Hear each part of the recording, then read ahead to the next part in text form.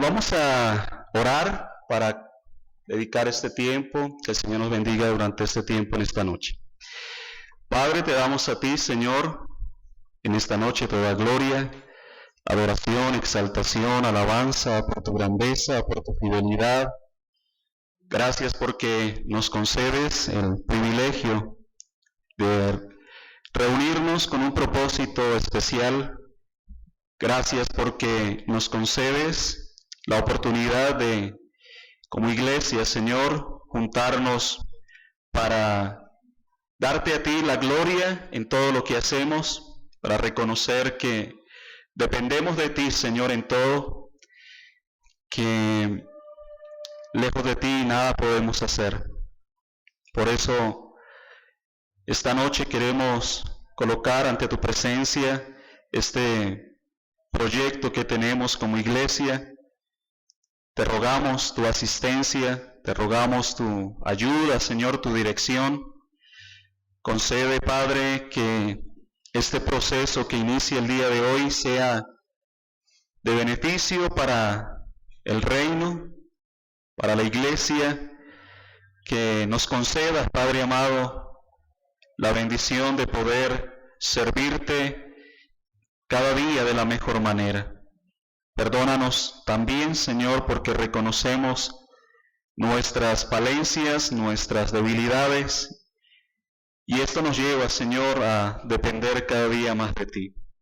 Gracias por cada vida en este lugar, por cada hermano que ha separado este tiempo para acompañar en este evento el proceso que inicia el día de hoy, para hermanos que tienen dentro de sus planes, sus proyectos de vida, Señor, servirte de una manera más directa en las responsabilidades eclesiásticas, Señor. Gracias por la compañía que nos das a través de los pastores, el pastor Sebastián, el pastor Mauricio, el pastor Ricardo. Gracias porque sabemos que no es algo sencillo, solamente tu gracia la que nos concede este privilegio. Te ruego, Señor, que bendiga sus vidas, sus hogares, sus comunidades, Señor. Que este proyecto que se inicia el día de hoy, Señor, sea de mucha bendición para cada iglesia. También por nuestro hermano, el pastor José, oramos para que también su comunidad sea bendecida, que tú seas ayudándole, Señor, guiándole y guardándole. Gracias, Padre, por este tiempo. A ti sea la gloria en Jesucristo. Amén. Bien, hermanos, este evento, sinceramente, es un evento que de manera personal no había estado, no tenía idea de que hubiera un evento como para inaugurar esta clase de proyectos, de programas, y tiene un nombre, este evento, que es la Lectio Inauguralis. Es donde se reúne la comunidad académica, en este caso los que van a estudiar con sus familias y obviamente la iglesia, y esto marca, hermanos, va a marcar un inicio de un gran proyecto que se soñó, que se deseó por mucho tiempo, por lo menos de manera personal, y entendiendo y viendo también la compañía de nuestros hermanos, y que hoy, hermano, es una bendición que ya sea una realidad.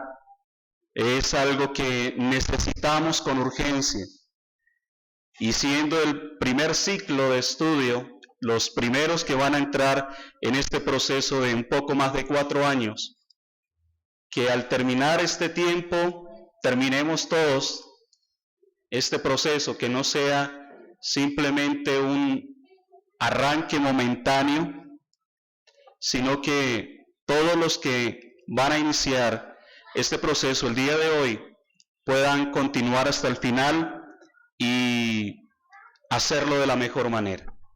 Amén. Vamos a tomar una lectura de la Escritura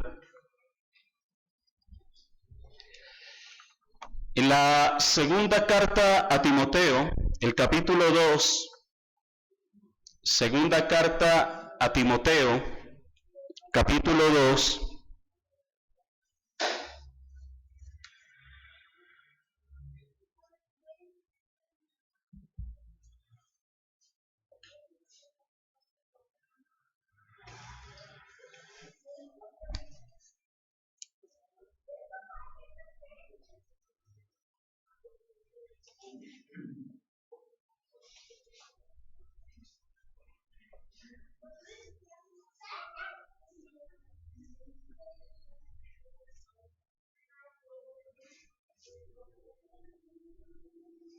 voy a leer para ustedes, mis hermanos, a partir del versículo 1 al versículo 13. Ustedes me siguen en sus Biblias. Tú pues, hijo mío, esfuérzate en la gracia que es en Cristo Jesús. Lo que has oído de mí ante muchos testigos, esto encarga a hombres fieles que sean idóneos para enseñar también a otros. Tú pues, sufre penalidades como buen soldado de Jesucristo. Ninguno que milita se enreda en los negocios de la vida a fin de agradar a aquel que lo tomó por soldado. Y también el que lucha como atleta no es coronado, sino lucha legítimamente. El labrador, para participar de los frutos, debe trabajar primero. Considera lo que digo y el Señor te dé entendimiento en todo. Acuérdate de Jesucristo, del linaje de David, resucitado de los muertos conforme a mi evangelio, en el cual sufro penalidades hasta prisiones a modo de malhechor. Mas la palabra de Dios no está presa. Por tanto, todo lo soporto por amor de los escogidos, para que ellos también obtengan la salvación que es en Cristo Jesús con gloria eterna. Palabra fiel es esta: si somos muertos con Él, también viviremos con Él. Si sufrimos, también reinaremos con Él. Si le negáremos, Él también nos negará. Si fuéramos infieles, Él permanece fiel. Él no puede negarse a sí mismo. Amén. Vamos a cantar al Señor. Voy a invitarle que esté de pie y vamos a entonar el himno 32 de el himnario Celebremos su Gloria. Himno 32. Cuán grande es Él.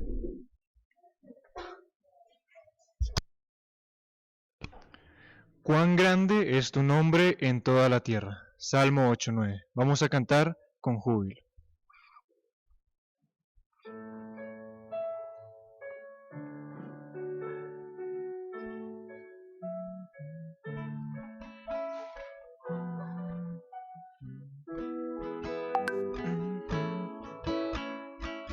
Señor mi Dios, al contemplar los cielos, el firmamento y las estrellas vi, al oír tu voz en los potentes truenos y ver brillar el sol en su cenit.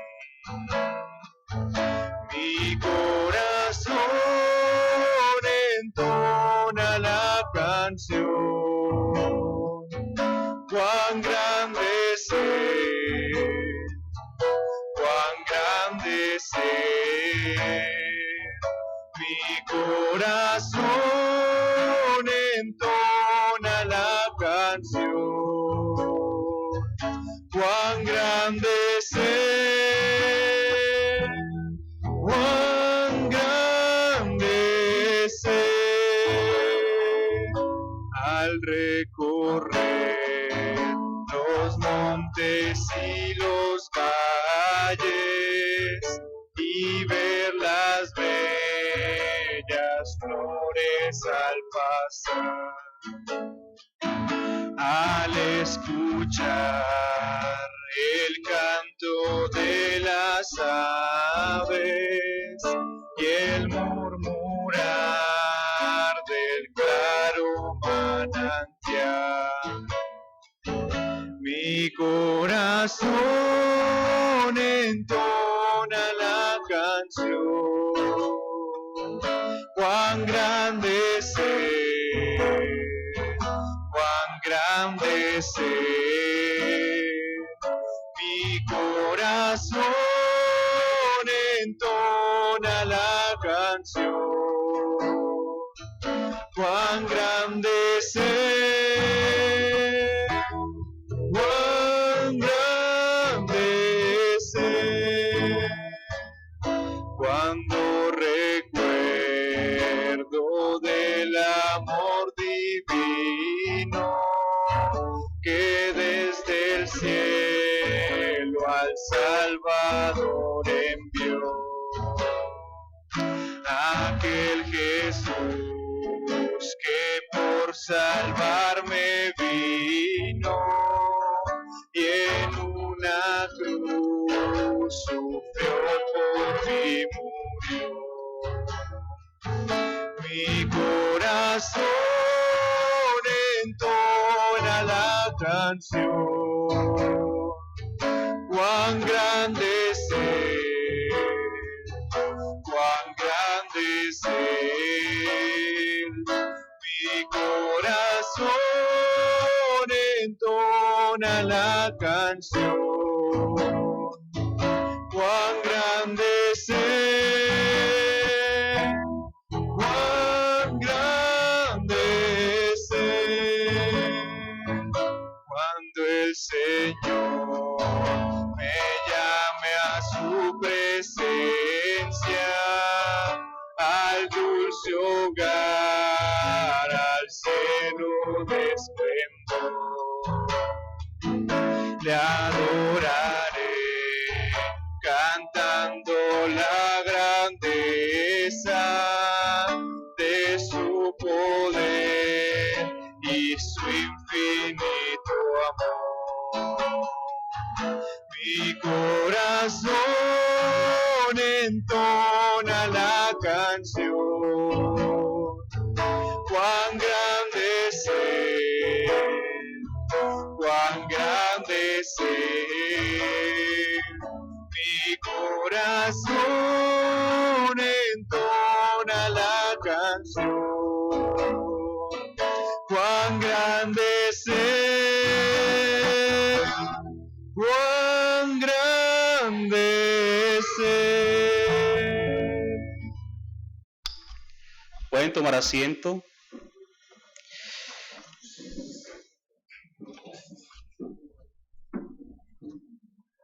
Bien, hermanos, hoy estamos reunidos por la gracia y la misericordia del Señor, tres iglesias: la Iglesia Bautista Nueva Generación, la Iglesia Evangélica Cristiana de Bogotá, la Iglesia Bíblica Gracia y Verdad, y tenemos también la compañía de que nos están viendo, no recuerdo el nombre de la iglesia de José, ¿cómo es? La Gracia de Dios. Bien, es de Caucasia y también tenemos un hermano que se va a estar conectando con nosotros desde allá para el estudio, y tenemos también, no sé, Sebas, el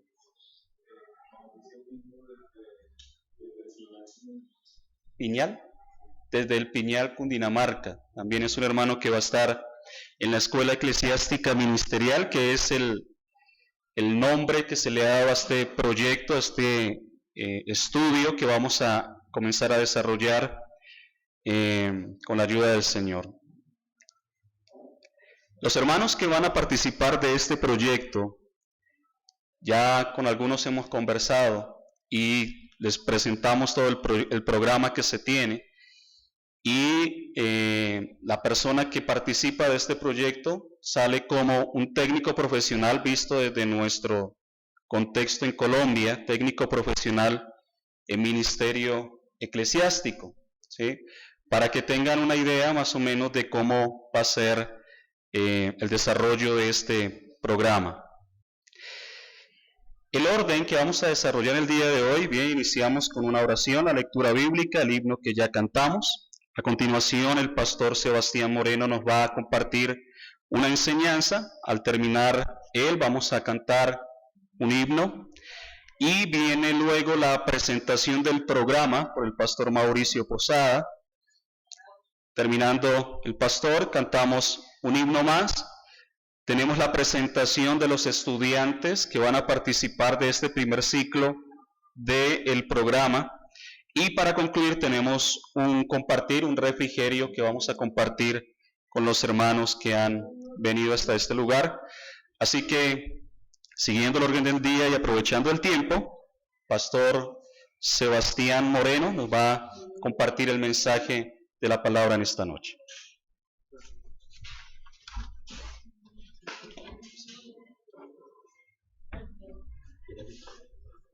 Así estoy. Bien. Yo soy un poquito más alto que el pastor Alexander. Solo una gotica. Bien, buenas noches. El Señor les bendiga. Es un enorme gusto, privilegio y gran responsabilidad poder estar aquí participando, no solo de la predicación de la palabra del Señor en esta noche, que es sublime, solemne, hermosa, de gran bendición, sino además participando de este proyecto que une 3 iglesias locales para un mismo propósito, que creo que vamos a ver hoy en la Escritura, que tiene que ver con la misma encomienda o mandato del Señor. Vamos a abrir la Escritura en la segunda carta a Timoteo.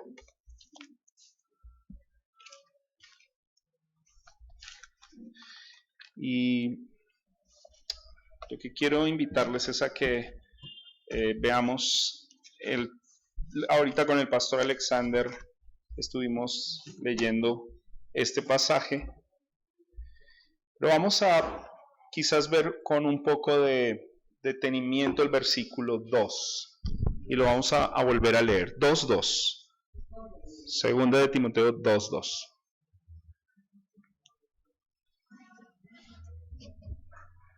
Dice así la palabra del Señor: lo que has oído de mí ante muchos testigos, esto encarga a hombres fieles que sean idóneos para enseñar también a otros. Amén.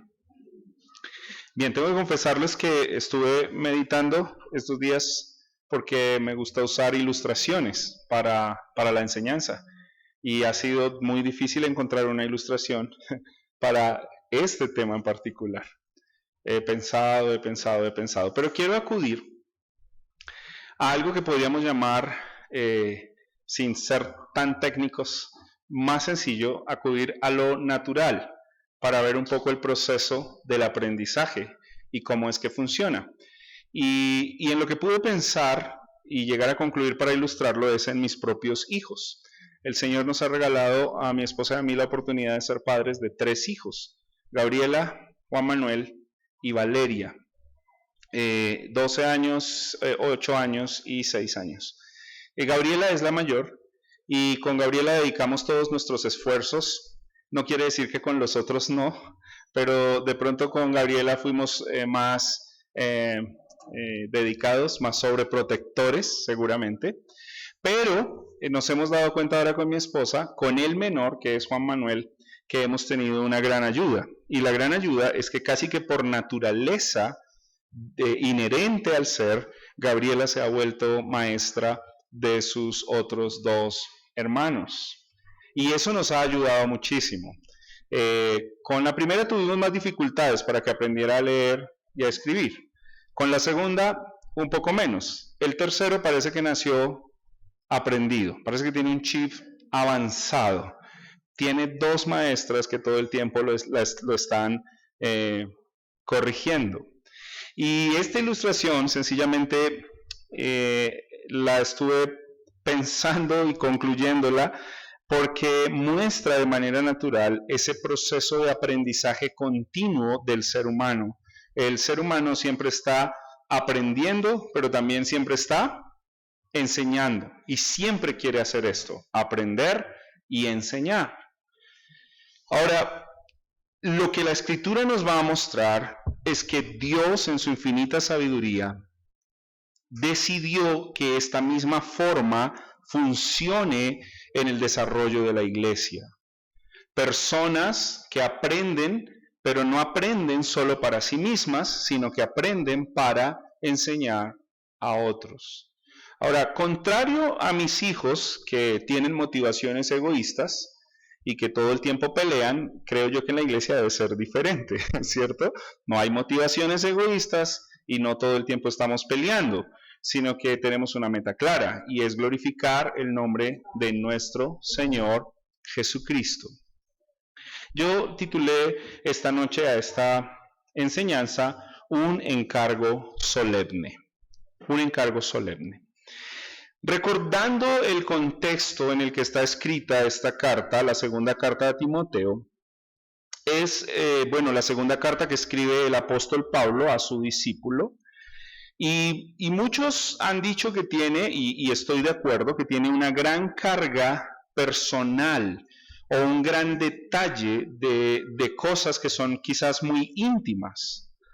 Pero realmente esta carta no funciona como si fuese el testamento final del apóstol Pablo para su discípulo.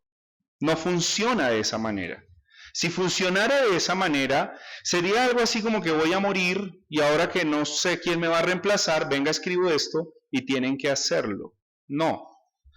Lo que Pablo está haciendo, más bien, inspirado por el Espíritu Santo, porque sabemos que es inspirado por el Espíritu Santo, es dejar con detalle la instrucción que se debe llevar a cabo en la iglesia en cuanto a la formación de aquellas personas que estarán sirviendo, ministrando y enseñando en el precioso cuerpo del Señor Jesucristo, que es la iglesia.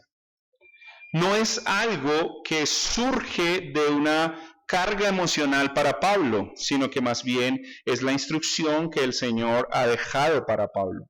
Lo que me parece hermoso de esta carta, más bien con toda la cantidad de detalles que tiene, es que muestra la vivencia misma de lo que implica la enseñanza en la iglesia.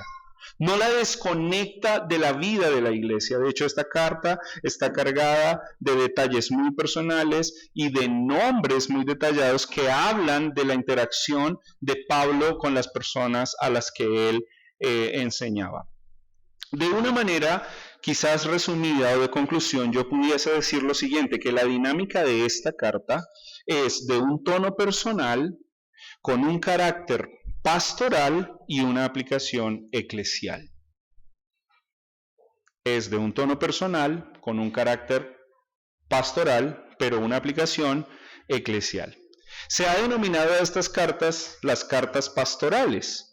Y creo que tiene una buena intención llamarle cartas pastorales, pero quizás el problema pudiese surgir en cuanto a la iglesia pensase que esta sección de la Biblia no es para la iglesia o sector de la iglesia, sino solamente para un determinado o escogido número de personas que se dedicarían a enseñar. Pero estas cartas lo que nos dejan ver es que tienen un carácter totalmente eclesial. Dicho de otra manera, estas cartas no son solo para un pastor, estas cartas son para toda la iglesia. Hombres y mujeres grandes y pequeños que están con nosotros desde la propia familia cuando están creciendo. De hecho, hay detalles interesantes de cómo Timoteo es formado en la escritura, en la instrucción por su mamá y por su abuela. Entonces, esta carta no es dirigida exclusivamente a personas que han sido llamadas al ministerio, sino que esta carta es dirigida para toda la comunidad. Podríamos hoy decir de manera muy concreta y aplicativa, esta carta es para todos nosotros. Amén. Ahora, esta carta presenta una situación del tiempo muy interesante.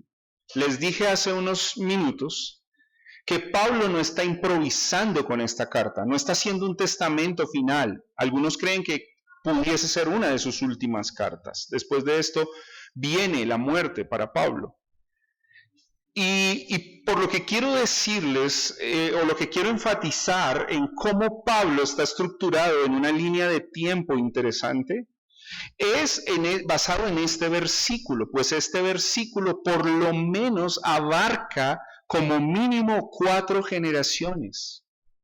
Veámoslas, por favor. Pablo, primera generación, ¿le enseña a quién? A Timoteo, que sería una segunda generación, que tiene que enseñarle a otros, que sería una tercera generación, que enseñarán también a otros, lo que nos muestra una iglesia que se mantiene en el tiempo. Y saben, para que una iglesia se mantenga en el tiempo, tiene que ejercer el ministerio de la enseñanza bíblica, de pastores formando pastores. Esto es hermoso. 4 generaciones aproximadamente está tomando estas pequeñas líneas de este versículo para decirnos que de alguna manera la idea de que una iglesia se sostenga en el tiempo tiene que ver con estos proyectos que estamos iniciando hoy. Ahora, usted podría decir, ¿cómo así? Pero la iglesia nunca se acaba. Claro, efectivamente la iglesia nunca se acaba, pero en la historia hemos visto iglesias locales apagarse. Iglesias locales sí se han apagado. Es más, hay una estadística que probablemente al día en el mundo cierran por lo menos 3,000 o 4,000 iglesias locales. ¿Por qué? Porque su pastor murió, porque su pastor pecó o cayó y nunca hubo quien estuviese reemplazando o llevando a cargo esta tarea, porque su pastor fue asesinado en persecución y demás cosas. Entonces, una iglesia que trabaja en esta encomienda o en este encargo solemne que Pablo le está dando a Timoteo, es una iglesia que va a permanecer en el tiempo. ¿Amén?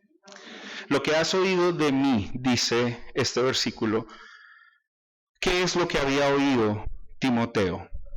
Lo que Timoteo había oído era la predicación y la vivencia de la palabra de Dios transformadora en la vida del apóstol Pablo. Vean por favor el capítulo 1, verso 13, verso 14, retén la forma de las sanas palabras que de mí oíste, en la fe y amor que es en Cristo Jesús. Guarda el buen depósito por el Espíritu Santo que mora en nosotros. Timoteo veía en Pablo la firmeza de un verdadero creyente. Eso es lo que había oído y lo que había visto, la predicación de las sanas palabras, pero no solo la predicación, sino que éstas estaban envueltas por la fe y por el amor que es en Cristo Jesús. Tenía que ser un verdadero creyente imitando a otro genuino y verdadero creyente. Eso es lo que había visto y eso es lo que había oído. Vea conmigo por favor capítulo 3, versos 10 y 11. Pero tú has seguido mi doctrina, miren esto, mi conducta, mi propósito, fe, longanimidad, amor, paciencia, persecuciones, padecimientos, como los que me sobrevivieron en Antioquía, en Iconio, en Listra, persecuciones que he sufrido y de todas me ha librado el Señor. ¿Qué es lo que entonces había visto Timoteo en Pablo? Había visto toda una vida de consagración y de fe al Señor. Timoteo no solo estaba viendo información, sino que estaba viendo, pudiésemos decir, a manera de rima, transformación. Timoteo veía en Pablo una vida, como Pablo mismo menciona allá en la carta a los Romanos, una vida transformada por el poder del Evangelio. Eso es lo que Timoteo había visto. Y esto seguramente impactaba su vida, y esto es lo que con autoridad el apóstol Pablo también está diciendo. Pero Esto no tiene que ver con la vida en sí misma del apóstol Pablo, sino con su fundamentación en la Escritura. Porque lo que en últimas Pablo le va a decir a Timoteo que lo ha sostenido, es que está sostenido en la Escritura que es inspirada por Dios y es la que transforma los corazones. Amén. No podemos desligar esto tampoco, nuestro ejemplo de vida, pero nuestro ejemplo de vida no es el que impactará a otras personas, sino es la Escritura, el poder de la Escritura, que es inspirada por Dios. Lo que has oído de mí ante muchos testigos. Esta es otra información muy importante que nos está dando la Escritura. La Biblia nos está diciendo que esta relación de aprendizaje no ocurre en un contexto individualizado, sectorizado o independiente de la vida eclesial. Esos muchos testigos, yo me preguntaba mientras revisaba este texto, ¿cuáles podrían ser los muchos testigos? Algunas versiones hablan de lo que ha asumido de entre muchos testigos o ante muchos testigos. Muchas personas rodearon y a Pablo y a Timoteo. Y saben, en este contexto de esta carta hay nombres propios de personas que fueron dignas de imitar la fe, pero personas que no fueron dignas de imitar de fe. Y había muchos testigos y muchas personas. Yo quisiera pensar en una aplicación para nosotros y que tiene que ver mucho con el desarrollo de este ministerio y de este proyecto, hermanos, que estamos iniciando. Que tiene que haber muchos testigos en la formación de pastores. Tiene que haber personas involucradas. Y creo que es un paradigma que qué hermoso nosotros pudiésemos cambiar. Alguien pudiese decir, bueno, están soñando, es una utopía, eso no va a cambiar. Pero qué hermoso pudiésemos presentar una iniciativa eclesial que cambie este paradigma. ¿Cuál es el paradigma, hermanos? Permítanme mencionarlo por si ustedes no lo tienen presente. Y es que hasta el día de hoy, personas deciden en qué momento estudiar o servir al Señor, por sí solas. Y de repente dicen, bueno, yo quiero estudiar teología, o de pronto el pastor ve en alguien y le dice, hermano, ¿no te gustaría estudiar teología? Y la persona dice, no, lo último que yo quisiera es ser pastor. ¿Cierto? Creo que esa respuesta ha rondado en todas las iglesias locales en algún momento. Y ese es un paradigma que se ha situado. Personas deciden cuándo hacer. Y saben, es que el mundo en este sentido ha permeado la iglesia. ¿Cómo funciona el mundo? Y no quiero satanizar la idea de la profesionalización y del estudio, pero ¿cómo funciona? Sencillamente hay entidades universitarias que ofertan cosas y personas que deciden cuándo optar por esas ofertas. ¿Sí? ¿Es claro? Así funciona el mundo. Yo decido, hay una gama de universidades, una gama de profesiones. Que día me pareció interesante ver con un chico que quería observar algo del SENA, y cuando uno abre el link del SENA, las ofertas del SENA son interminables. De hecho, creo que hay carreras que se han inventado que no existían, y ahí están. Muchas ofertas y muchas personas queriendo tomar ofertas. Pero esta idea de muchos testigos involucrados en el aprendizaje de la Escritura, lo que habla, hermanos, es de una vida eclesial. Habla de personas que se involucran en la formación de futuros pastores y futuros ministros. Personas que atestiguan si lo que las personas están proclamando también es lo que están viviendo. Habla de una vida conectada con la iglesia, con la comunidad. Un proyecto en comunidad, pudiésemos decir. Y hermanos, con mucha sinceridad y honestidad, yo tengo aquí testigos en esta noche al hermano Alexander, que es de nuestra iglesia, y a mi esposa, que también es de nuestra iglesia, gracias al Señor.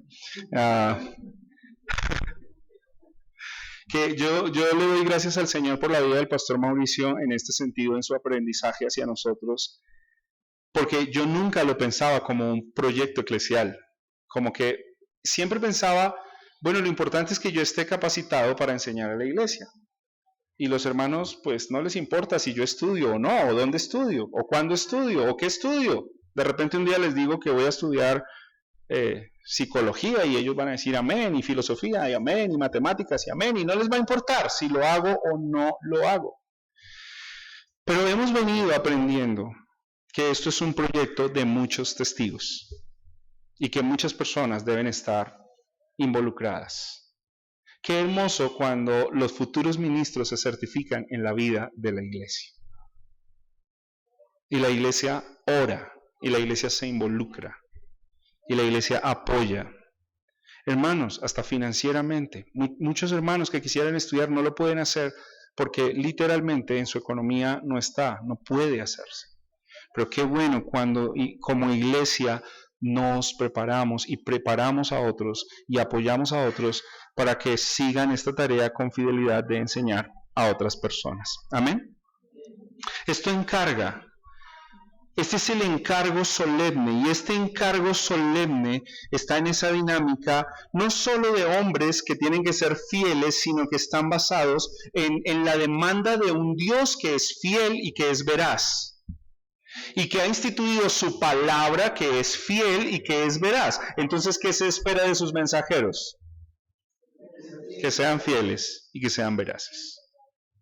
Que sean fieles y que sean idóneos. ¿Saben? La palabra fidelidad tiene que ver con personas confiables que han depositado su fe en Dios. Interesante, esta palabra de fidelidad está hablando en términos muy concretos, que sean creyentes.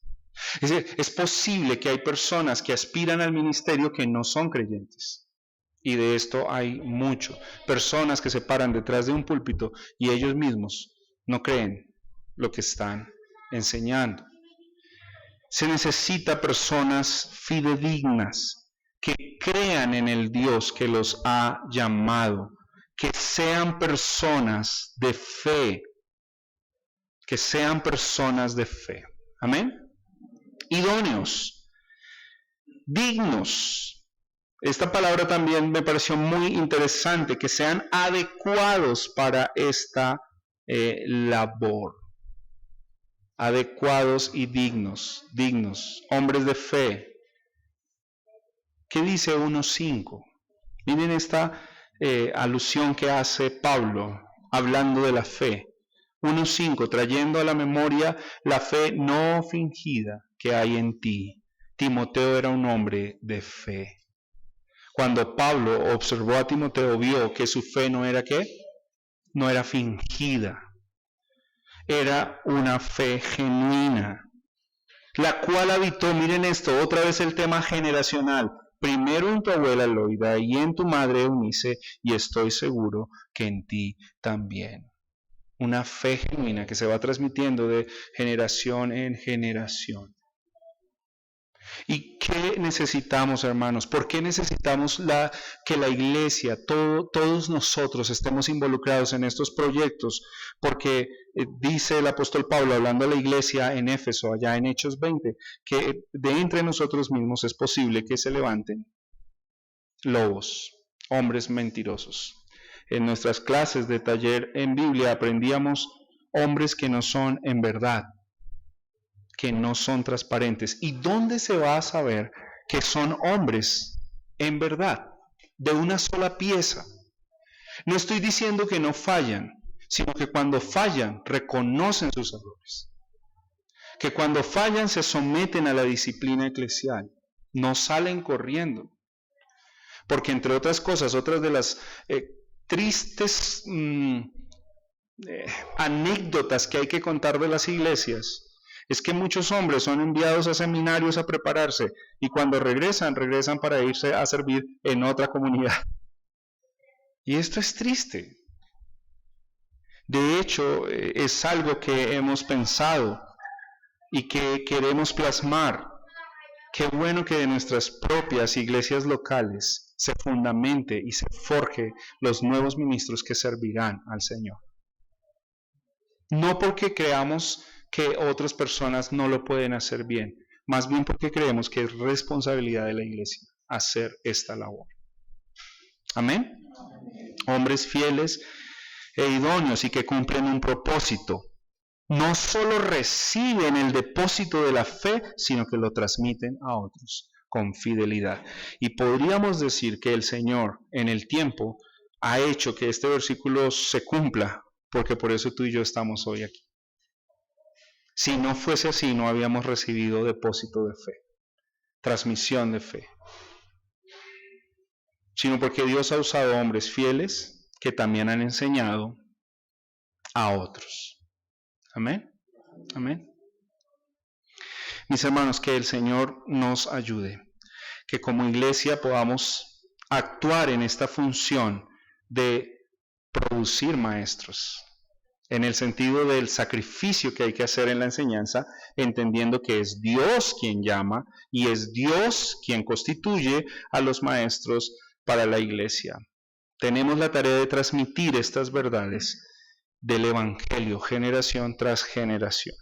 Ahora, mis hermanos, para concluir, quiero decir lo siguiente. ¿Cuál es el llamado para nosotros, muy específico, para las 3 iglesias locales que estamos hoy? Necesitamos invertir tiempo. Necesitamos invertir quizás lágrimas y oración. Necesitamos invertir dinero. Necesitamos invertir sacrificio. Y si no, estos proyectos no pasarán del papel. Y si el día de mañana queremos ver nuevas generaciones sirviendo y Dios permita mejor que lo que nosotros estamos haciendo, podríamos decir que esa sería nuestra gloria en el Señor. Como iglesias, no como proyecto de Sebastián o Mauricio o Ricardo o Alexander, sino como iglesias locales sirviendo y honrando al Señor. Amén. Oremos. Señor, gracias por dejarnos ver tu palabra viva y eficaz, sencilla y hermosa, tan fácil de entender pero tan profunda para confrontar nuestros corazones. Esa es la verdad de tu gloriosa palabra, que hoy nos alimenta, que hoy nos bendice, que hoy por tu gracia, Señor, podemos escuchar y entender. Señor, que estas verdades sean aplicadas por tu Espíritu Santo al corazón de la iglesia, a nuestros corazones, y podamos honrarte, Señor, y glorificar tu nombre en todo lo que hacemos. En Cristo Jesús damos gracias. Amén y amén. Amén.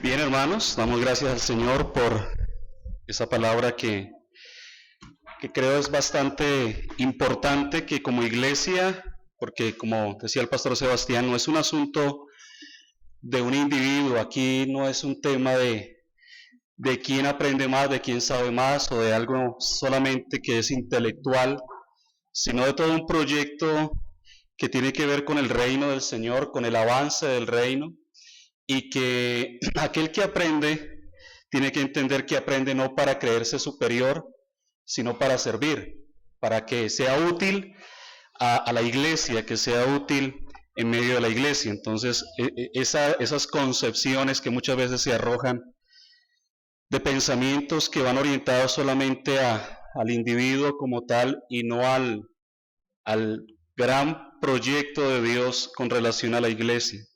Así que, hermanos, es de gran bendición y espero que podamos reflexionar también como iglesia en todo esto. Vamos a cantar al Señor. Le voy a invitar que esté de pie nuevamente. El himno 280 es el himno Bellas Palabras de Vida.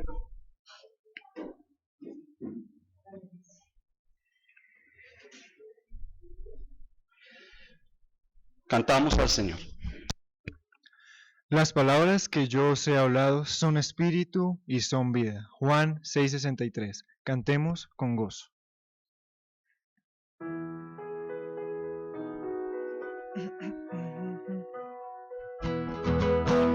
Oh, cantadmelas otra vez, bellas palabras de vida.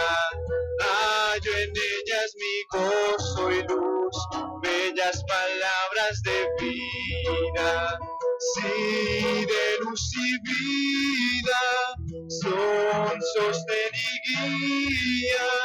Qué bellas son, bellas palabras de vida. Qué bellas son, bellas palabras de vida. Jesucristo a todos da bellas palabras de vida. Oye su dulce voz mortal, bellas palabras de vida. Bondadoso te salva y al cielo te llama. Qué bellas son, bellas palabras de vida. Qué bellas son, bellas palabras de vida. Grato el cántico sonará, bellas palabras de vida. Tus pecados perdonará, bellas palabras de vida. Solo Cristo redime, vida nueva te ofrece. Qué bellas son, bellas palabras de vida. Qué bellas son, bellas palabras de vida. Pueden tomar asiento, hermanos. Dejo con ustedes al pastor Mauricio Posada, que nos va a presentar el programa en esta noche.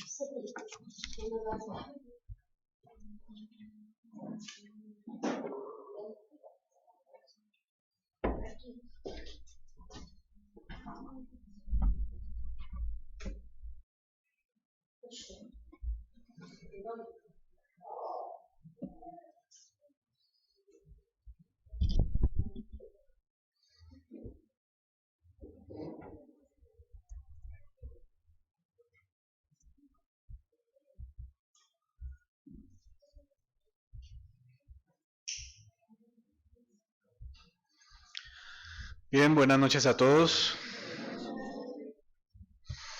Es un momento significativo en verdad porque es un paso histórico en la vida de nuestras iglesias. Ya el pastor Alexander nos permitía entrar en el contexto de lo que el Señor nos ha permitido ir con el paso del tiempo conversando, analizando, diseñando, consolidando, compartiendo, poniendo en consideración de la iglesia, en fin. Y hoy pues tener la alegría grande de poderlo presentar de manera formal. La perspectiva teológica, la trascendencia, las implicaciones, de una manera magistral, el pastor Sebastián nos las ha mostrado. Y yo creo que estamos muy sensibilizados con el tema, además de emocionados, ¿no? Entonces pues me corresponde a mí poder hacer la presentación ya formal de las especificaciones técnicas del proyecto. Vamos a ir allí mirando paralelamente con el PDF que les están mostrando en este momento. La idea es que, como bueno, hemos hecho ya de un tiempo atrás, cuando se ha tratado de hacer diseño curricular, pues de hacer una configuración de acuerdo a los estándares que técnicamente el Ministerio de Educación Nacional exigiría para avalar un programa.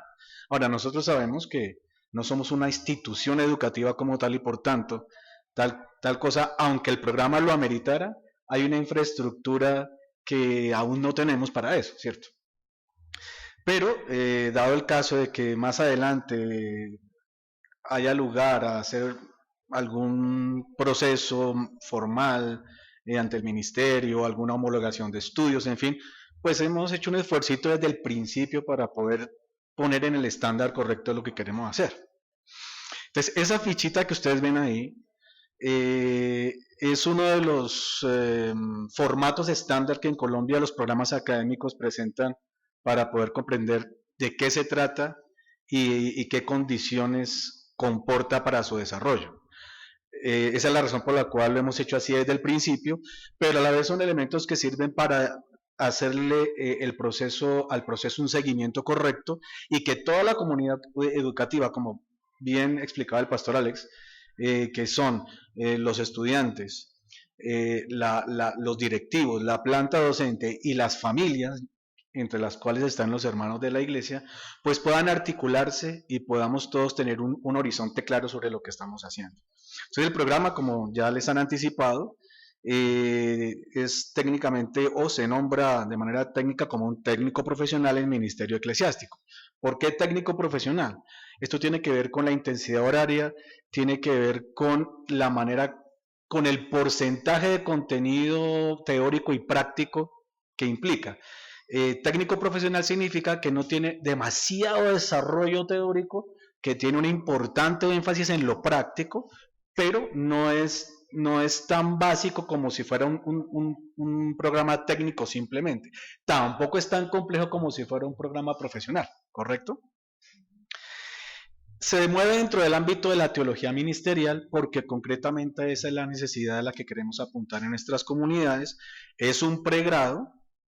El título que otorga, técnico profesional en ministerio eclesiástico, está adscrito al departamento de formación ministerial de la iglesia. Vamos a suponer que estamos conformando una alianza eclesiástica con una pluralidad de pastores representativa en donde todos pues estamos comprometidos dentro de los marcos bíblicos de lo que es la formación al interior de la iglesia, como explicaba muy bien el pastor Sebastián, pero que lleva como nombre Escuela Eclesiástica Ministerial. Duración 4 años, son 25 trimestres, semipresencial virtual por ciertas necesidades y situaciones particulares que los hermanos tienen y necesitamos echar mano de ese recurso también. Debe tener una resolución, tiene un creditaje.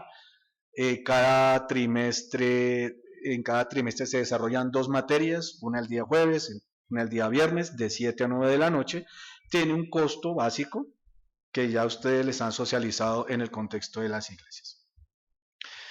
Ya ha quedado perfectamente justificado con lo que el pastor Alexander y el pastor Sebastián nos han compartido esta noche, el desarrollo de este proyecto. Ya han precisado que una de las tareas centrales de la Iglesia de Cristo es la formación ministerial. Hemos escuchado muchas veces por las enseñanzas formales de la Iglesia que una tarea importante de la Iglesia es la predicación de la palabra, la predicación del Evangelio. Sin embargo, para que eso funcione como debe ser, pues debe contar también con una plataforma ministerial que la administre. La palabra, siendo una prioridad central en la Iglesia, está encomendada de una manera directa a los ministros que el Señor levanta en el seno de la iglesia para poderla ofrecer en la predicación, en la enseñanza, en la consejería, aún en la misma diaconía, como vamos a ver en el transcurso del programa, y por tanto entonces disponer adecuadamente esa base ministerial que le dé un trato digno y además responsable a la palabra y que permita, como explicaba el pastor, que la iglesia viva en el marco del tiempo, pues entonces obviamente nos permite entender la importancia que tiene un proyecto de estas condiciones, ¿no?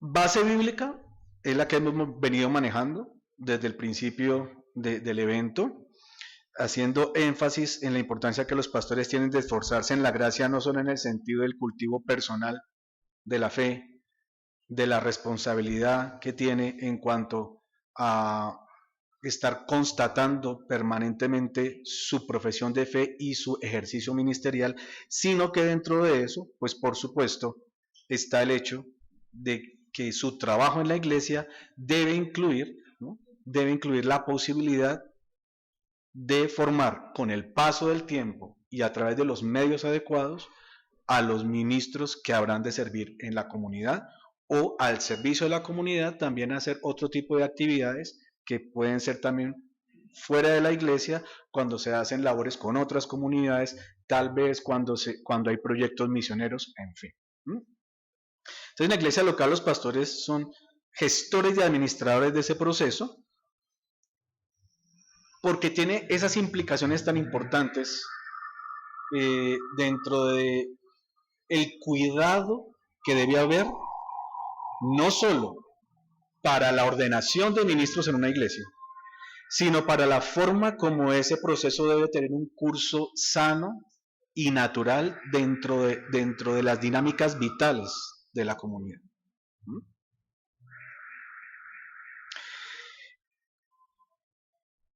Tarea que ojalá pues evidentemente no debe represarse por traumatismos internos de la comunidad o porque definitivamente, como nos mostraba el pastor Sebastián, la comunidad por alguna razón desaparezca, sino también porque es algo que es necesario para el avance del reino de Dios en este tiempo hasta la segunda venida de Cristo, ¿cierto? Esa es la dinámica de la edificación y misión de la iglesia.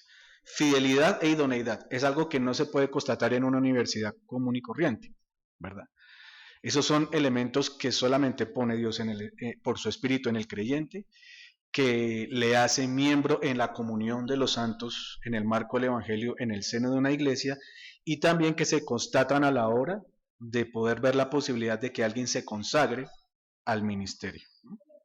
Tarea importante no solo por lo que tiene que ver con el sostenimiento mismo de la iglesia, sino por el impacto que va a tener en otras personas.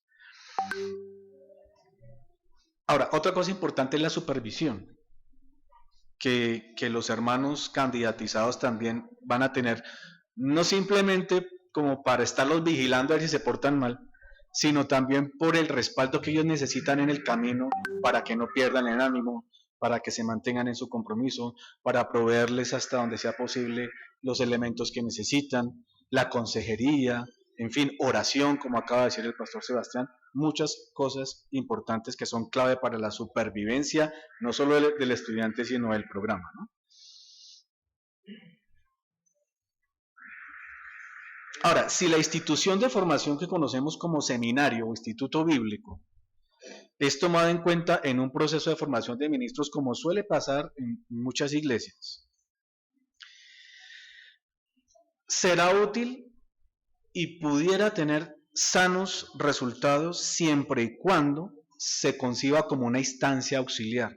Tenemos una problemática que ha tenido pues su desarrollo a través del tiempo, y es que pareciera que los seminarios tuvieran más estatus que las iglesias para formar a los siervos de Dios. Es algo que se ha venido aceptando con mucha tranquilidad, pero que si uno se detiene a pensarlo, pues es como incómodo pensar en una figura como esa, que los seminarios sean como los entes autorizados, los que tienen más, están en mejor condición para formar a los siervos de Dios, y pues tal cosa no solamente raya con el sentido común, sino con la misma escritura, como lo acabamos de ver hace un rato. De tal manera entonces que ese brazo académico viene a ser una ayuda auxiliar de la vida de la iglesia. O sea, lo que estamos haciendo aquí, que el pastor lo explicó de una forma muy sencilla y muy brillante, es parte de la vida de la iglesia, ¿no? Entonces, eso es ese brazo académico está pegado al cuerpo de Cristo, ¿es cierto? Y sirve a las dinámicas internas de la iglesia, ¿correcto? Ese es el valor, uno de los grandes valores que tiene hacer el esfuerzo desde el mismo seno de las iglesias locales, ¿no? Cuando se nos ha inculcado la imagen del seminario, por donde pasan personas muy brillantes, porque lo son, de mucho recorrido, de mucha experiencia, nadie lo niega, no que no lo hagan bien, decía el pastor, lo hace muy bien, pero el Señor estableció un diseño, y lo que prometió bendecir fueron las dinámicas de la iglesia, en donde tienen un papel importante sus pastores, siendo unas personas de pronto no tan famosas y muy sencillas, y a la vez los hermanos que están ahí, que tienen una injerencia importante en el desarrollo no solo de la iglesia, sino de la formación de los ministros que algún día van a estar al frente de ustedes, acompañándoles en la edificación y en la perseverancia cristiana. Ahora, hay una custodia, ¿no? Cuando vemos que Pablo concierta con Timoteo tal responsabilidad, se puede ver usando una palabra que sintetiza muy bien la dimensión de la responsabilidad que el pastor nos acaba de mostrar. y es que hay una custodia. El hecho de que la iglesia lo ejecute, lo supervise y después lo aproveche, tiene que ver con una custodia espiritual y bíblica que solo la iglesia puede realizar. Entonces, el principio eclesial de ministros cristianos, y pasamos un poquito más adelante al punto 3.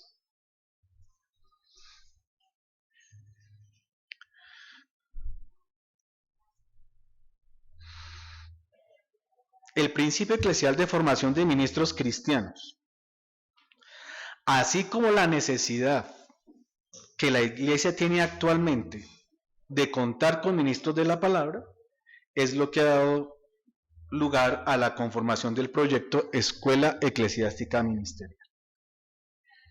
El fin es de asumir en fe y obediencia esa tarea bíblica del desarrollo de la iglesia e impulsar a futuro la consolidación y sostenibilidad de la capacitación ministerial bajo la debida custodia del cuerpo de Cristo. Ahora, digamos que al terminar los 4 años, no hay más estudiantes para matricular.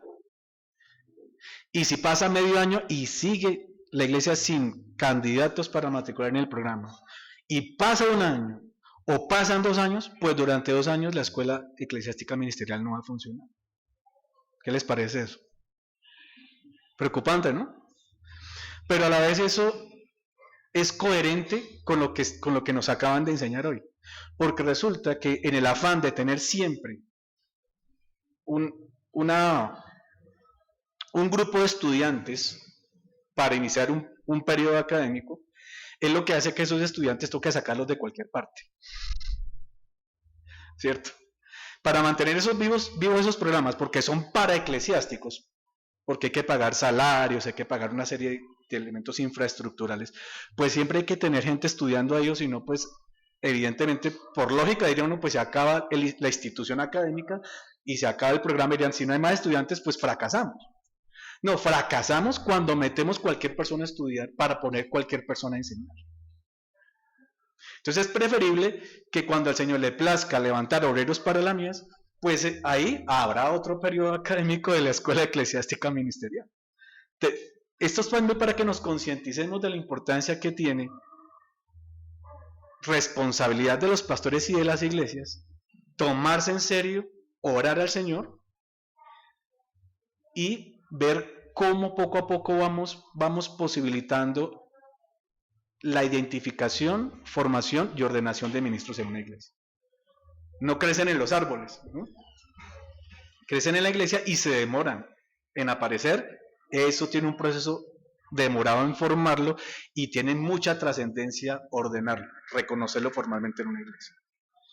Claro, como hoy en día estamos en la era de la información, la era académica, de la era científica, pues diríamos entonces que todos esos estándares son los que le determinan la manera de funcionar al área educativa de la iglesia. Pero el área educativa de la iglesia, si bien se nutre significativamente de los avances de la pedagogía y la educación, las ciencias, está basada en principios bíblicos dados por Dios.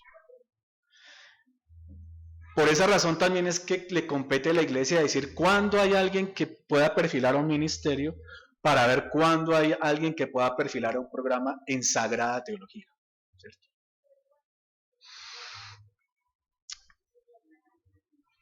Esa custodia, porque la iglesia es la que hace la debida custodia de esos procesos, consiste particularmente en confirmar que esa instrucción ministerial del Espíritu Santo para la iglesia que nos acaban de explicar de una manera tan preciosa, y los pastores que la presiden se cumplan.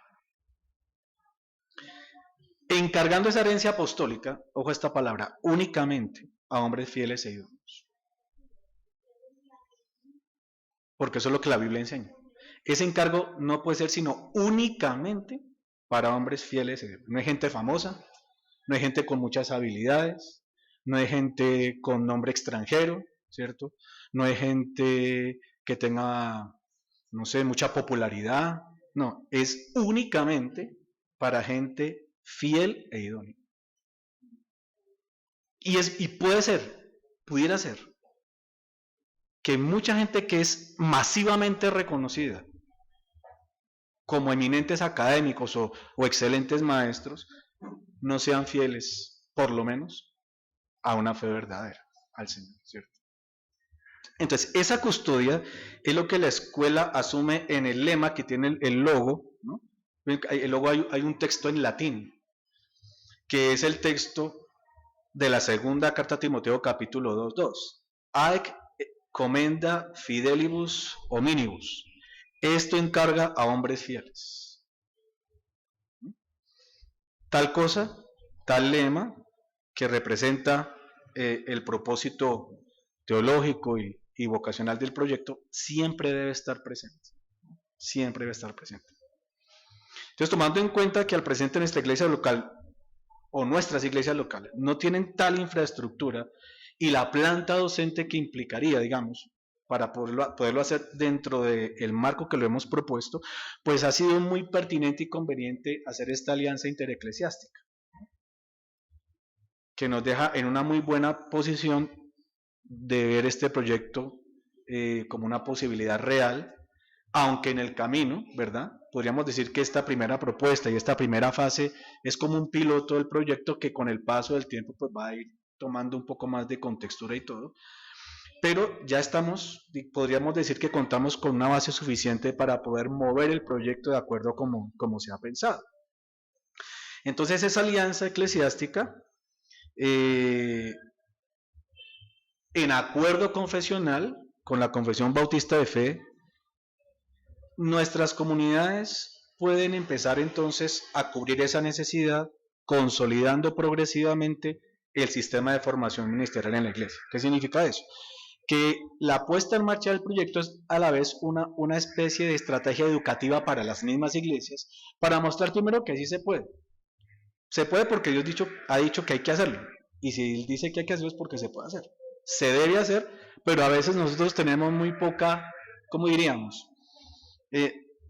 Tenemos adormecida la conciencia de que es un deber de la iglesia local y que por tanto es posible hacerlo. Entonces lo que hacemos es encomendarle eso a personas con cierto prestigio académico o instituciones con mucho renombre, ¿verdad? Pero resulta que este proyecto sirve como una manera de que las iglesias hagan conciencia, se motiven también a hacerlo en cuanto a la posibilidad y deber de realizar un proyecto de estas condiciones. Además de facilitar a los pastores locales a hacerlo, ¿no? Porque los pastores involucrados nos ayudamos mutuamente a sobrellevar esta responsabilidad, evitando en un sentido pues la sobrecarga que evidentemente tiene un compromiso de este tipo. Vamos a tener una manera de acceder a buena asesoría bíblica, buena asesoría teológica, buena asesoría pedagógica, mientras fortalecemos a la vez el vínculo entre las iglesias hermanas, ¿no? Estos encuentros me gustan mucho porque nos permite tener un poquito más de experiencia relacional con la familia de la fe, ¿no? Y poder tener esa animación especial cuando nos recordamos, cuando nos vemos nuevamente, cuando compartimos en espacios, cuando desarrollamos juntos proyectos de este estilo. Eso es un medio de gracia para mí muy importante para el sostenimiento no solo de la fe personal, no solo de la animación de un ministro, sino de una misma iglesia local. Eso trae muchos beneficios, entre otros. Bueno, ya pasando al programa académico en el punto número 4, entonces aquí hablamos un poco acerca de por qué definimos esta proyección académica con ese nombre y con esos objetivos, siendo que en el mundo y a través de la historia del cristianismo, pues instituciones hay por cantidades, programas académicos por cantidades. ¿Por qué razón se le dio la configuración al proyecto como se la estamos mostrando hoy? El objetivo es que si partimos de las escrituras y de las necesidades de la iglesia, nos vamos a dar cuenta de el eje sobre el cual debe girar nuestro objetivo académico, y es la formación en los ministerios esenciales. ¿Cuáles son los ministerios esenciales? Los que están directamente responsabilizados de administrar la palabra de Dios, que son los pastores, los diáconos y los maestros, ¿cierto? No que los demás ministerios no sean importantes, pero como la palabra es la esencia, ¿cierto? Tanto en lo que corresponde a los contenidos del Evangelio, como a la base sobre la cual se edifica la iglesia y ejerce su misión en el mundo, pues entonces van a ser esenciales las personas que van a estar directamente responsabilizadas en una iglesia para administrar la palabra de Dios. Ay, muchas gracias. ¿Cierto? Para administrar la palabra de Dios. Nadie discutiría que tal responsabilidad y que el carácter esencial del ministerio está en cargos como el del pastor, por ejemplo, o el diácono. Pero cuando hablamos de maestros, pareciera que los maestros fueran como un trabajo auxiliar, que hay que tratar de tenerlo ahí como a la mano de una manera improvisada porque la necesidad es grande y entonces quién puede, quién quiere, ¿no? Pero resulta que es que el maestro tiene una injerencia importante en la vida de la iglesia, incluida las mismas mujeres que pueden estar a cargo, pues de acuerdo a la delegación que la iglesia local haga con ellas. Hay usualmente, por ejemplo, hermanas enseñando niños. No puede ser que alguien que tenga ese solemne deber y privilegio de administrar comunitariamente la palabra, independientemente cuál es el marco poblacional sobre el cual trabaja, ¿cierto? Adolezca de la formación que eso implica, adolezca de la concientización vocacional que eso tiene, ¿cierto? Para las iglesias, como para los hermanos que se dedican a ser maestros en una comunidad, no puede ser el pensamiento que enseño porque es como un hobby, ¿no? Enseño porque no tengo nada más que hacer o enseño porque es chévere. Deben saber los mismos maestros que en razón de ser administradores de la palabra dentro del perfil bíblico que se les reconoce, están ejerciendo una tarea esencial, ¿no? Entonces, eso es lo que dio lugar al proyecto Escuela Eclesiástica Ministerial, para responder a esas necesidades, y es a lo que la escuela concretamente apunta. Está en el campo de la teología ministerial, y los componentes como las asignaturas que los configuran intentan responder de acuerdo al diseño curricular con ese objetivo, ¿no? Tenemos entonces ya el diseño del plan de estudios, que responde a 3 cuestiones. La primera es la ubicación y la correlación de las asignaturas. Las materias también tienen una razón de ser. Un diseño curricular debe tener homogeneidad y debe girar en torno al objetivo académico. Entonces, la elección de las materias, su organización, su interconexión, deben ser aptas a lo que se demanda en el proyecto, a lo que se oferta, digámoslo así, el técnico profesional, el ministerio eclesiástico, y bajo esos lineamientos entonces hemos escogido el componente de pastoral y diaconía, digamos es como un área general que va a ser alimentada. No vamos a explicar cuál es el perfil de cada asignatura porque eso también es importante. Una ventaja grande que tiene hacer un diseño curricular, digamos, estándar, es que no llegan los maestros como a ver qué enseñan. ¿Qué me tocó? Teología bíblica. Ay, bueno, ¿qué hago? Compro un libro aquí, compro un libro acá, veo un video. Aunque esos elementos en algún punto entran a jugar un papel importante, la idea es que esos elementos llegan dentro de un diseño estratégico que se llama plan de asignatura. Y ese plan de asignatura entonces tiene que demostrar cómo una materia está emparentada con el programa. No es lo que fue, ¿cierto? Lo que se logró hacer, sino que cuando se realice el proceso académico en cada asignatura realmente se esté logrando alimentar el objetivo educativo y que cuando la persona reciba su título, sus competencias y sus desempeños realmente sean equivalentes al título que está recibiendo. Entonces, en el componente de pastoral y diaconía tenemos teología ministerial y ética pastoral. Vamos a ampliar un poquito. Eso, listo. Lo que está en el cuadro de estatuto epistemológico es muy importante. Les voy a explicar muy sencillo. Una materia tiene que tener una identidad. Una cosa es la materia de religión y otra cosa es la materia de ética. Pero en los colegios dicen que es materia de religión, pero enseñan ética. ¿Sí se han dado cuenta de ese caso? Es decir, están traicionando el estatuto, ¿cierto? Lo que es en esencia la materia y lo que representa en el campo científico. Una disciplina tiene una responsabilidad particular y yo no la puedo suplantar. Entonces, en la descripción está lo que cada materia debe ser, ¿cierto? Para que no se pisen unas con otras, para que no se repitan los contenidos, y si hay puntos de encuentro entre ellas, sea bajo el principio de complementariedad. Hay una palabra técnica en educación que se llama interdisciplinariedad y transdisciplinariedad, pero eso no puede ser si yo confundo ética con religión y religión con ética, o confundo historia con ciencias sociales, o geografía con urbanidad, ¿no? Entonces, cada cosa tiene su papel y por eso queda justificado el involucramiento de la materia dentro del proyecto. Esas asignaturas del componente pastoral y diaconía, entonces son teología ministerial y ética pastoral, consejería bíblica, diaconía y administración eclesiástica, contabilidad básica. En el segundo componente, que es el componente catequético, es decir, lo que se concentra particularmente en la habilidad de enseñar o discipular, tenemos homilética, pedagogía de la fe y discipulado, evangelismo y misionología, hermenéutica bíblica, y misionología. Luego en el componente exegético, que es el componente número 3,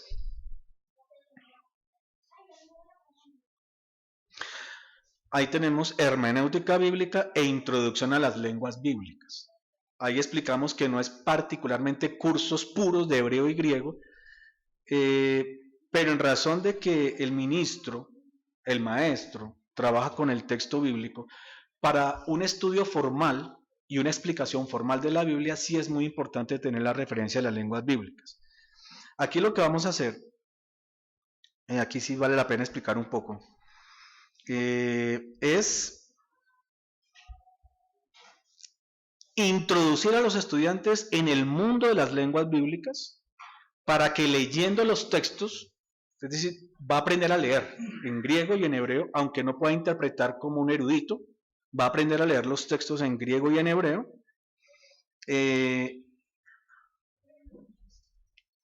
puedan involucrar ediciones de la Biblia hebrea y griega en sus estudios bíblicos, y puedan desenvolverse con los recursos técnicos y tecnológicos que hoy en día tenemos a disposición, que son muchos: comentarios, diccionarios, aplicaciones o software bíblicos, dispuestos para los estudios bíblicos, y que después, si el programa tiene una propuesta de formación continuada, ¿cierto? Cuando ya entren a hacer cursos formales de griego y hebreo, no van a quedar como tan desubicados. Entonces vamos a aportar unas herramientas importantes, por lo menos para que el estudiante le pierda el miedo a las lenguas bíblicas, que eso siempre es un tabú, ¿no? Y también proveerles de algunas recomendaciones para que esas habilidades básicas que van a recoger ahí las puedan utilizar de verdad. No como pasa muchas veces, que algunos, incluso estudiando cursos completos de griego y hebreo, después salir, como no usan esos conocimientos, pues se les olvida y se pierden el tiempo del aprendizaje. Luego en el componente bíblico, que es el cuarto componente, tenemos bibliología, tenemos introducción al Antiguo y al Nuevo Testamento, corpus del Antiguo Testamento, corpus del Nuevo Testamento, es decir, los bloques literarios que componen cada uno de esas secciones del canon bíblico, teología y corpus del Nuevo Testamento, hasta ahí, ¿no? Bibliología, que es la materia que nos habla acerca de qué es la escritura según la escritura. Luego, cabe hacer una introducción a lo que son los estudios en Antiguo y Nuevo Testamento. Eso tiene un marco que es importante conocer antes de nadar en esos mares tan profundos y tan extensos, ¿cierto? Y luego sí, hay una manera de entrar a mirar de forma particular, panorámica, porque es un técnico profesional, esos panoramas generales de las grandes secciones de la Biblia, tanto en el Antiguo como en el Nuevo Testamento, para que por lo menos puedan situarse ¿no? En lo que son las relaciones literarias que hay entre Antiguo y Nuevo Testamento, y ubicar el estudio de la Biblia dentro del panorama de la redención, que eso es importante. Luego, en el componente doctrinal, tenemos teología bíblica, tenemos teología de la Reforma, teología sistemática 1 y teología sistemática 2, materia 18, confesión de fe. La materia 18, confesión de fe. La materia 19, teología contemporánea. Esas materias componen o alimentan el componente doctrinal. En un sexto componente, que es el componente complementario, tenemos historia de Israel, que es un componente complementario. Son materias auxiliares que le ponen un soporte a las materias principales. Entonces, en el componente complementario hemos escogido historia de Israel, historia de la iglesia, geografía bíblica, la materia 23, música e himnología cristiana, ¿no? Importante. Es, por ejemplo, algo interesante, si trabajamos con el himnario, el Gloria, eso tiene una configuración, tiene una información, ¿cierto? Tiene una diagramación, tiene un diseño, y muchas veces lo usamos pero no sabemos cómo funciona. Importante tomarse el tiempo para saber eso, por qué está diseñado así, entre otras cosas. Otro es apologética.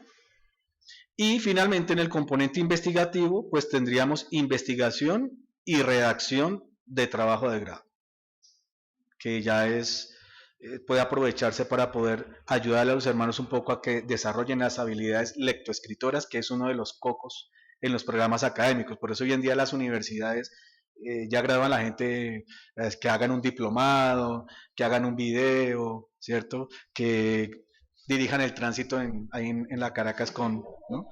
Gradúan a la gente para que mucha gente se bloquea en esa parte, ¿no? Y duran años para graduarse. ¿Por qué? Porque es un terror pensar en hacer un trabajo escrito. Primero es un ministro que no le gusta escribir. O que no, ¿cierto? Entonces, importante, particularmente para el trabajo con el cual aquí no van a ver, no puede hacer obras de teatro, tiene que ser un trabajo de grado y necesita una ayuda, una asistencia, una asesoría para que lo logre. Listo. El segundo aspecto es la relación de asignaturas en estudios de revelación bíblica, una cosa pues que no voy a explicar aquí, después quien tenga pues el deseo o el interés, tiene que ver con el hecho de que escritura, revelación e historia tienen una orientación específica, se complementan pero tienen una orientación específica. Para diseñar las materias hay que conocer esas distinciones, por eso está este apartado aquí. Y finalmente el 5.3,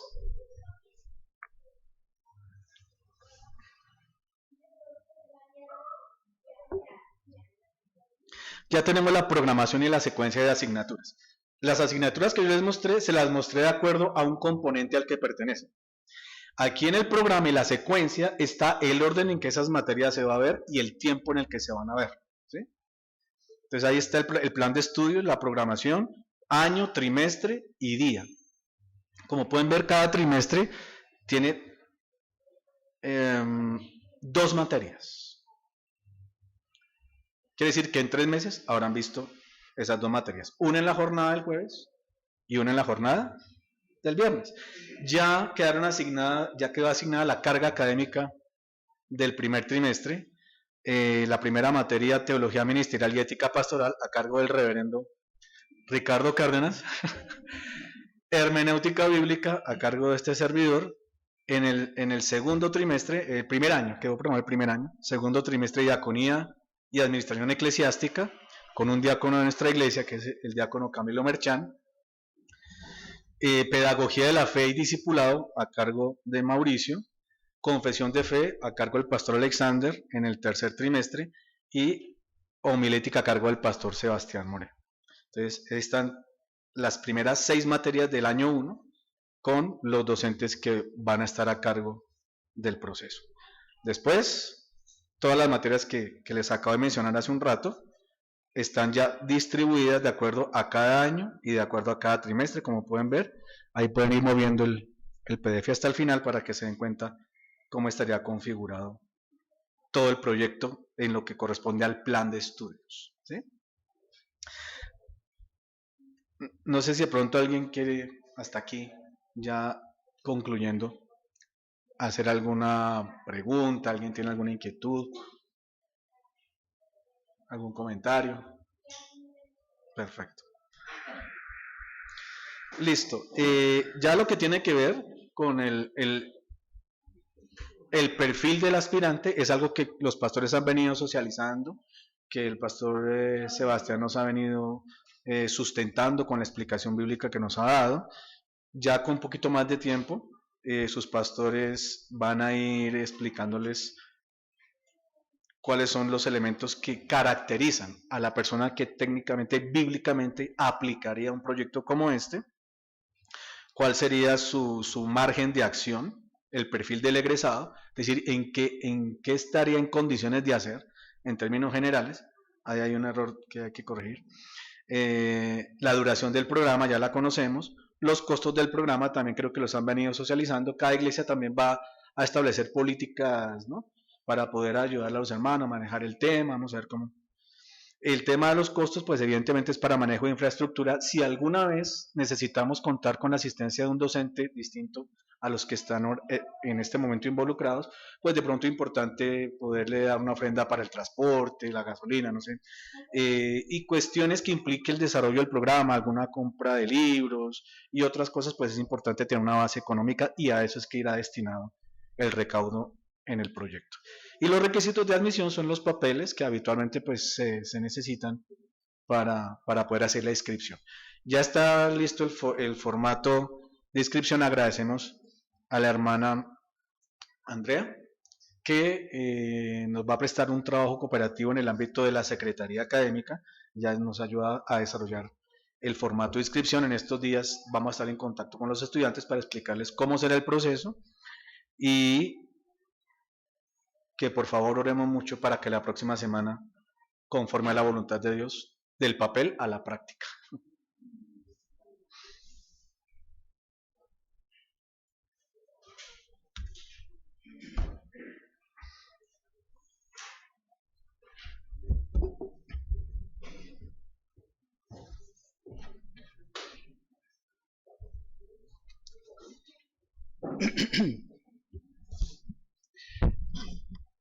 Bien, hermanos, creo que ya queda bastante claro, y nos queda solamente empezar, como decía el pastor Mauricio.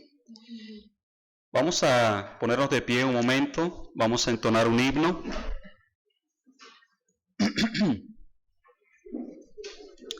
El himno, ¿qué número es ese? 539.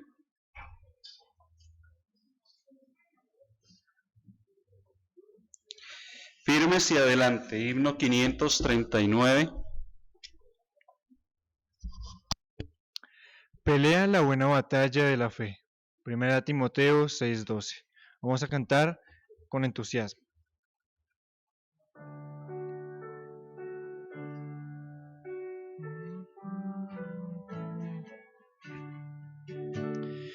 Firmes y adelante,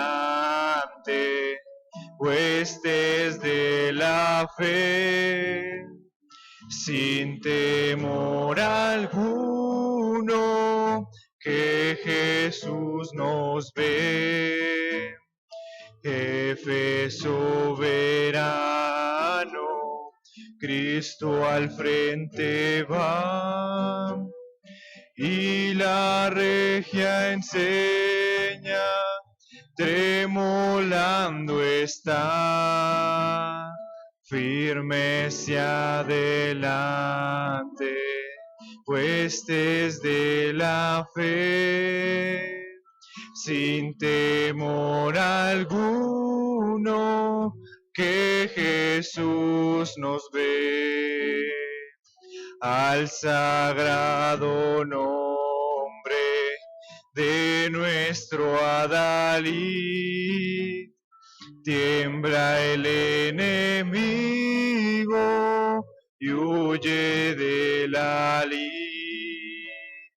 Nuestra es la victoria, dada a Dios Lord, y óigalo el averno, lleno de pavor, firme hacia adelante, huestes de la fe, sin temor alguno, que Jesús nos ve. Muévese potente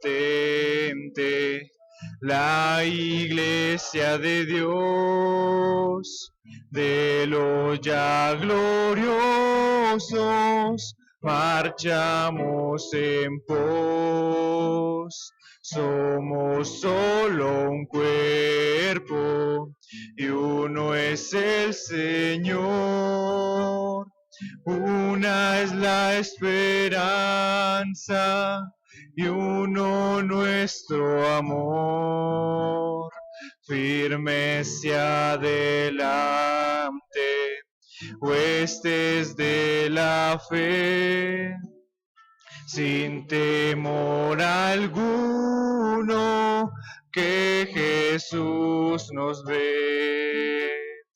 Tronos y coronas pueden perecer,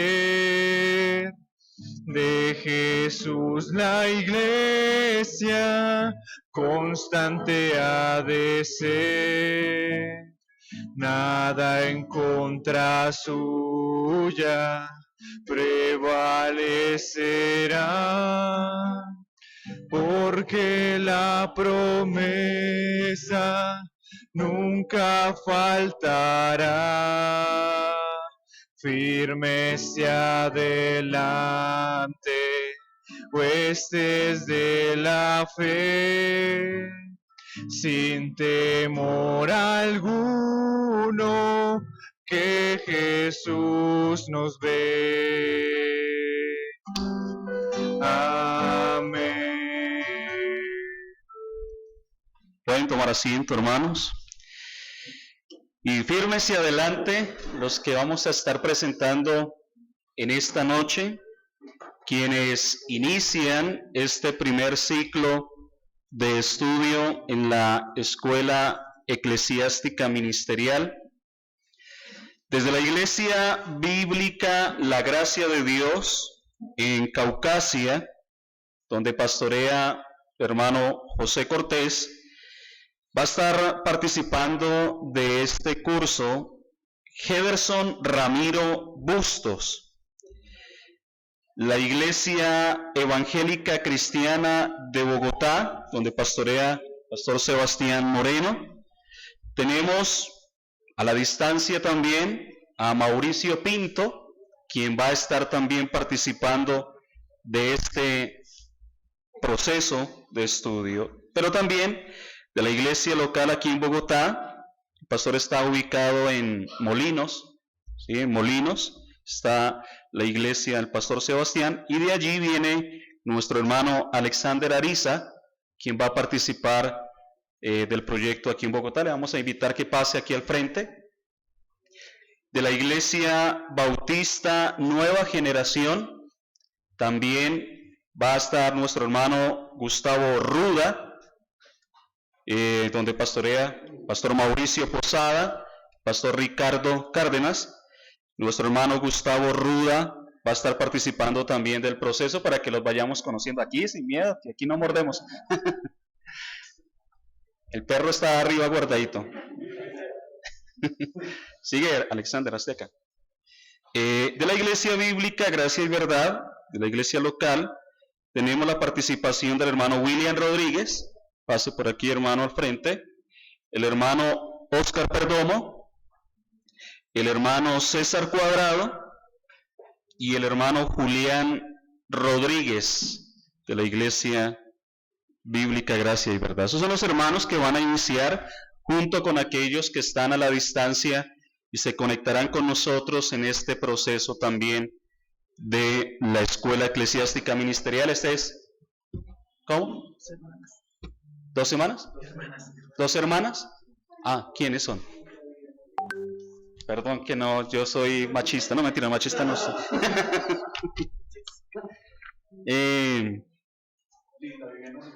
Linda, Viviana Rivera y Jessica Ortiz. Bien, tenemos 2 hermanas que también van a participar del programa. Pasen por aquí la hermana Linda Viviana Rivera y Jessica Ortiz. 2 hermanas, pasen ahí, no discriminen. Sí, para que queden ahí registradas. Ya ustedes les conocen el proceso al cual van a ingresar nuestros hermanos, y para que los alienten, los animen, los ayuden económicamente también, si quieren, ahí se pueden acercar y ayudarles al que necesita de su ayuda. Usted puede colaborar, respaldarles mucho en oración, que esa es, digamos, la tarea esencial que debemos tener como iglesia tras estos hermanos que se embarcan en este viaje del conocimiento, de adquirir conocimiento. En la iglesia tenemos otros hermanos que deseaban también participar, pero diferentes factores que se presentaron, pues no se pudieron añadir a este primer ciclo. Esperamos más adelante puedan también hacerlo. Voy a invitar al pastor Ricardo por aquí, que nos esté guiando en oración por nuestros hermanos que van a participar en este primer proceso. Hermanos, muy buenas noches. Bueno, empecemos, saquen una hoja. Vamos a preguntar sobre el sermón del pastor Sebastián. Es un gusto para todos nosotros como pastores, maestros y siervos saber que hoy se levantan hombres fieles, a los cuales se les va a dar un gran encargo y de los cuales creemos la gracia de Dios les va a sostener estos 4 años y muchísimo tiempo más para el servicio de la iglesia. Que nos enseñaba el pastor Sebastián, hoy la iglesia permanece por esto. La iglesia es indestructible porque el Señor ha encargado a hombres fieles que lleven su palabra. Y esperamos que ustedes, hermanos, sean esos hombres fieles a futuro. Una gran responsabilidad, pero por algo Cristo los puso, porque su gracia los ha de sostener. No solo a ustedes, sino a los maestros también, que la gracia de Dios nos sostenga. Y a nuestras iglesias que van a estar orando por estos hermanos para que no desmayen, no desfallezcan y al contrario renueven sus fuerzas para avanzar cada materia, cada clase, cada parcial, cada trabajo investigativo largo, cada trabajo del pastor Mauricio Posada, que el Señor les dé muchas gracias. Muchas gracias. Oremos, amados hermanos. Bendito Dios, poderoso, de infinita sabiduría, tú has querido, Señor, que por medio de hombres tu reino avance, Señor. Tú has querido que tu iglesia se permanezca firme por medio de hombres quienes fueron fundamentos, pero que también ha estado acompañada de colaboradores en la obra del ministerio, Señor. Hoy te queremos pedir por estos hermanos, presentarlos ante ti y encomendarlos, Señor, a ti para que tu gracia, Señor, les sostenga. Permite que los tiempos que van a apartar para el estudio, en los cuales también han de morir a otras actividades que tal vez tenían programadas, tú les des la gracia, Señor, y no permitas que por el camino se vea estorbado este proceso, Señor. Gracias por ello, Señor. Gracias porque sabemos que son hermanos, que en nuestras iglesias te aman profundamente, sirven con denuedo y con pasión y con amor, Señor.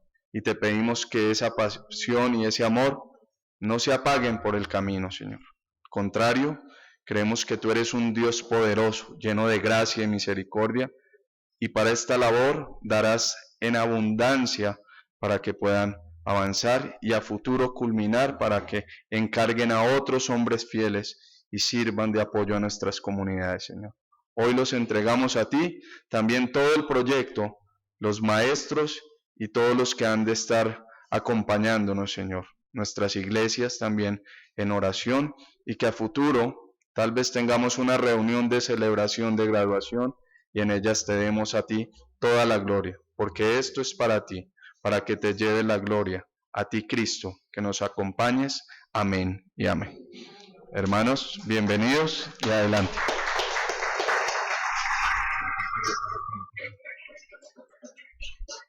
Bien, hermanos, pueden tomar asiento. Muchas gracias por pasar aquí al frente sin miedo. Bien, hermanos, de esta manera damos por concluida esta reunión, este evento, este tiempo de presentación de este programa, de este proyecto. Agradecido con Dios por ustedes, por su esfuerzo. Y ya siendo las 9:15 de la noche, vamos a compartir un refrigerio antes de que se vayan, así rapiditos, para que compartamos un tiempito juntos y poder así quedar despedidos, hermanos. Amén. Que el Señor los bendiga a todos y un fuerte abrazo.